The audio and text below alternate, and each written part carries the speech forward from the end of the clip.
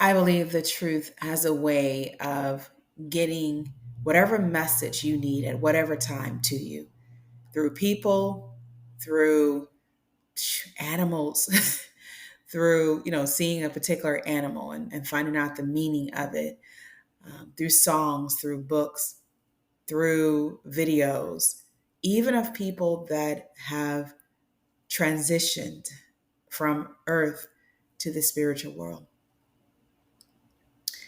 And last week, last Sunday, my husband was watching several videos, and I just kind of, scoot by him and just, oh, you want to watch? Yeah, let me watch too. And we watched Dr. Miles Monroe and Denzel Washington, him speaking at a college graduation. And I think it was Harvard. But one that really just moved me so much, and not that Denzel doesn't, he's one of the, to me, one of the greatest actors there is. There was this guy, and you know him as Chadwick Boseman. He was an African American actor, played Jackie Robinson, just prominent figures. James Brown, remember him in the Black Panther. And that day, he just really caught my attention. He spoke with so much eloquence, conviction, to upholding his truth, the truth within him, even when it cost him being fired from a acting position. That he stood to his guns, even though it hurt, that rejection hurt. He knew that there were greater things in store for him, that he had to uphold to what he believed. And I heard him talk about the baggage of rejection. And I said, wow, often many of us hold on to that. When you think of, school shootings, and often when you hear about the person's history in life, you hear that they were a loner or they felt rejected. Many of us live with rejection from our parents, from our grandparents, or people along our familiar history. Maybe it's because we denied a traditional way of being that did not resonate with us. And so our family rejected us. I was rejected because I wanted to claim myself on my insurance, on my taxes. And my father said, I'm going to reject you like the Japanese. And it's nothing towards the Japanese. I'm just what he told me. I knew nothing about that, but he said he was rejecting me because I did not want to do what he wanted me to do. And I can tell you, you guys, this cycle of pain, my experience with it was when I was in this experience of my personal experience, the cycle of pain. It was told to me by the person that projected his pain that such and such is doing it. Basically, that person is doing it. So it's okay. It's okay for you to do what this other person is doing, even though it goes against every fiber of your being, that something in you says, no, this is not the way to do it. So I had already experienced what the what can happen when you say, okay, somebody else is doing it, so you might as well do it. I had already experienced that. So when my father said that, it was like, okay, you're rejecting me. My mother had already started her principles on this fertile soil that you listen to today.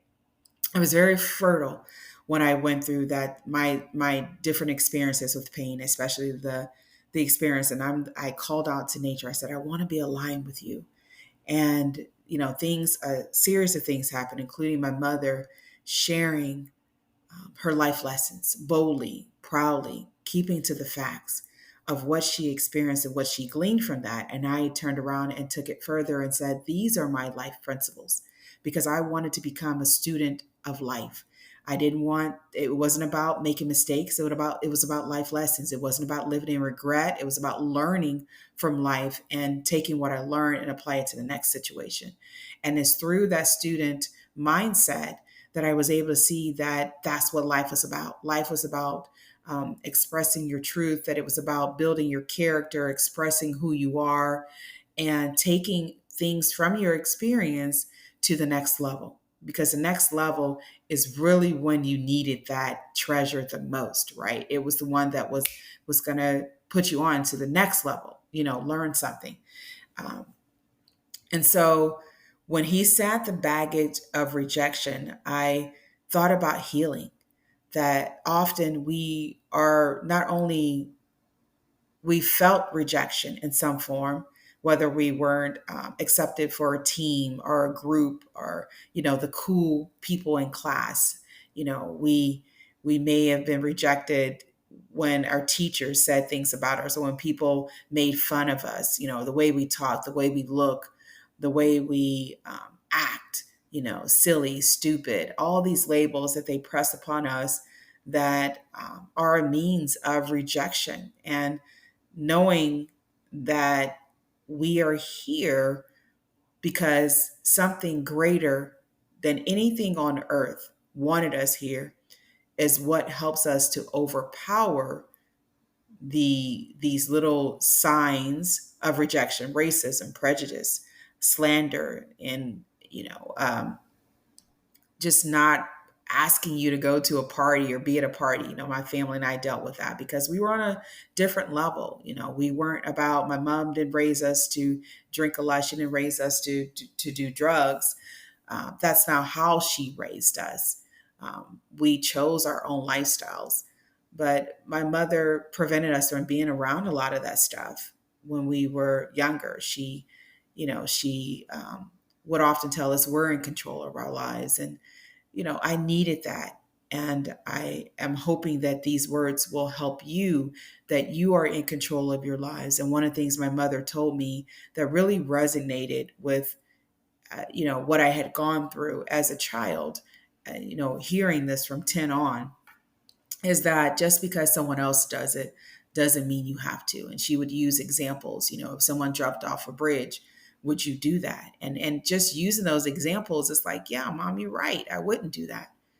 And these sayings, I am in control. I decide what I want to do, and all the things that, you need to hear.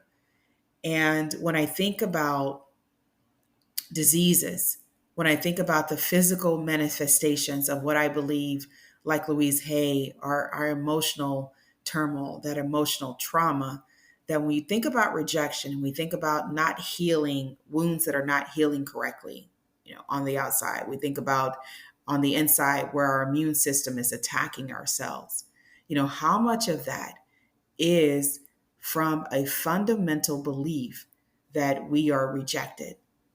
Because I believe that we send messages, these thoughts that we have, these beliefs, we send messages through our nervous system, which is this huge communication channel throughout our body that communicates with every cell, organ, tissue, but at the cellular level.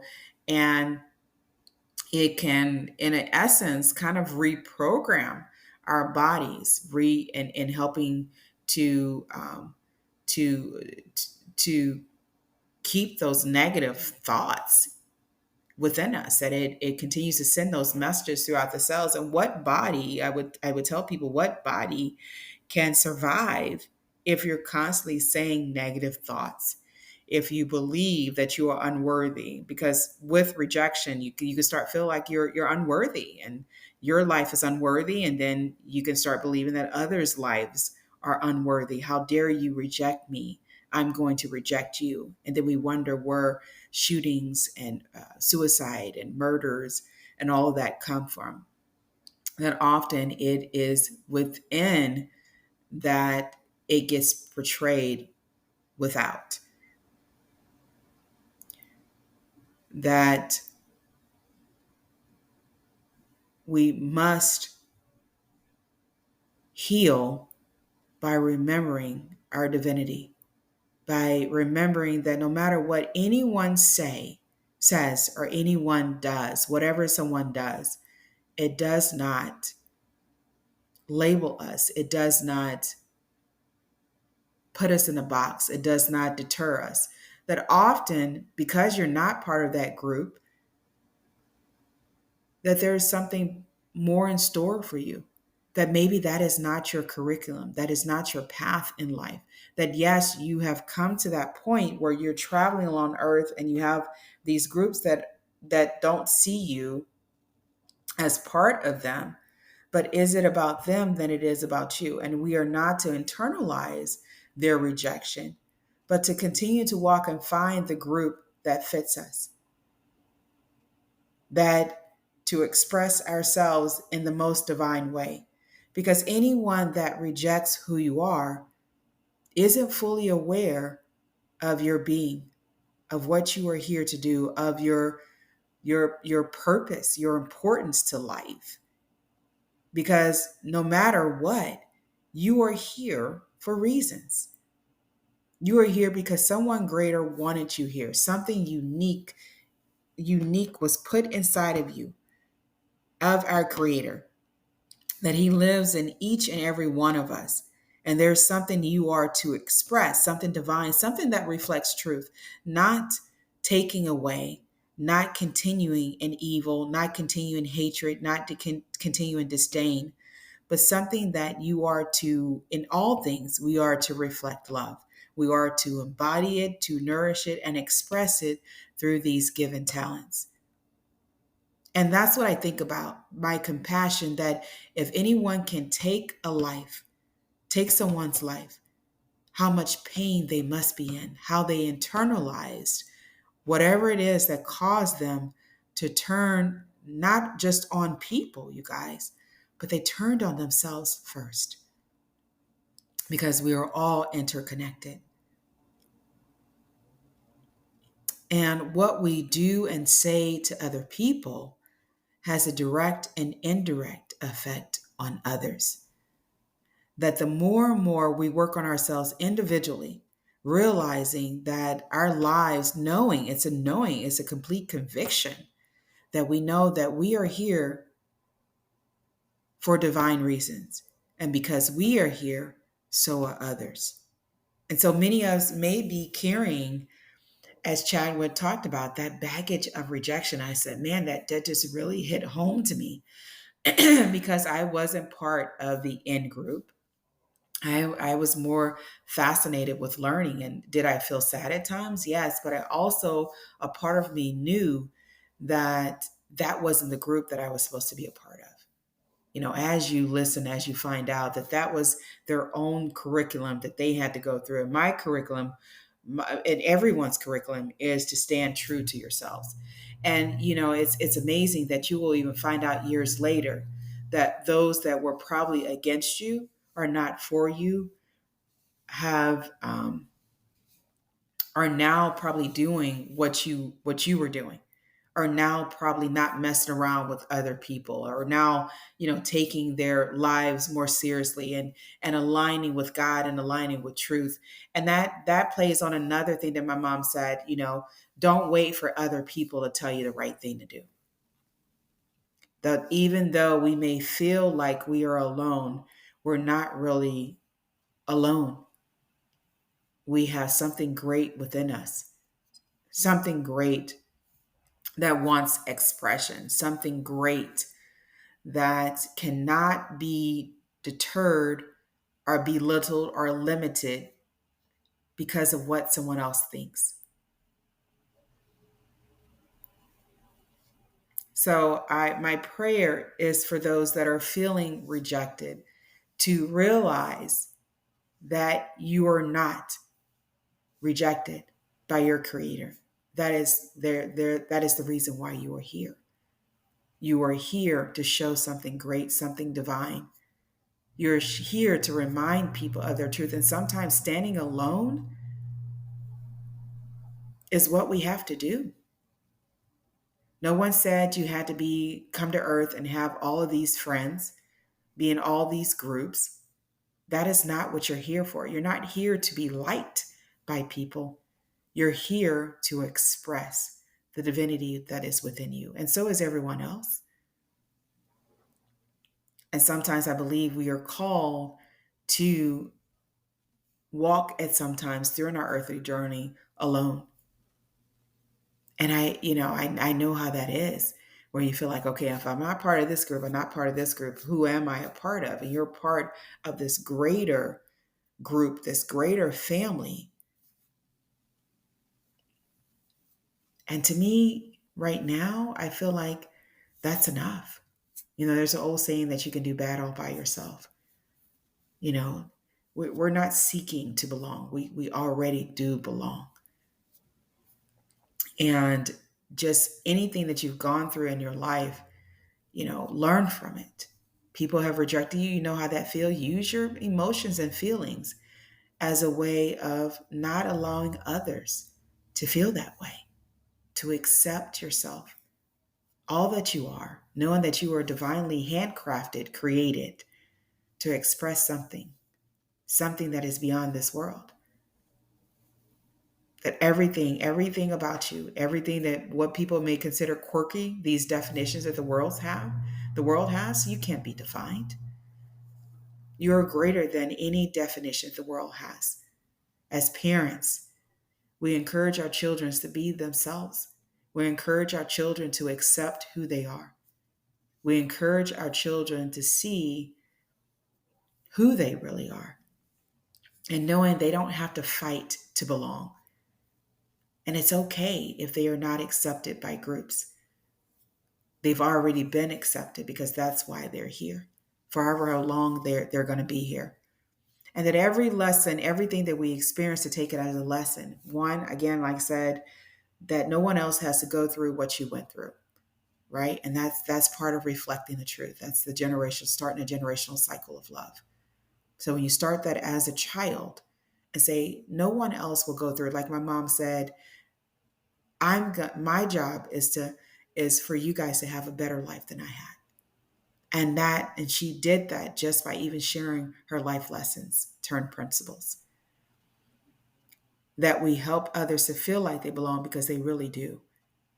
And I think when we do that, I know when we do that, we heal because we take that pain and we turn it into love. And then we don't worry about what others say, what others do, because within us is a conviction to our truth. We stand on that.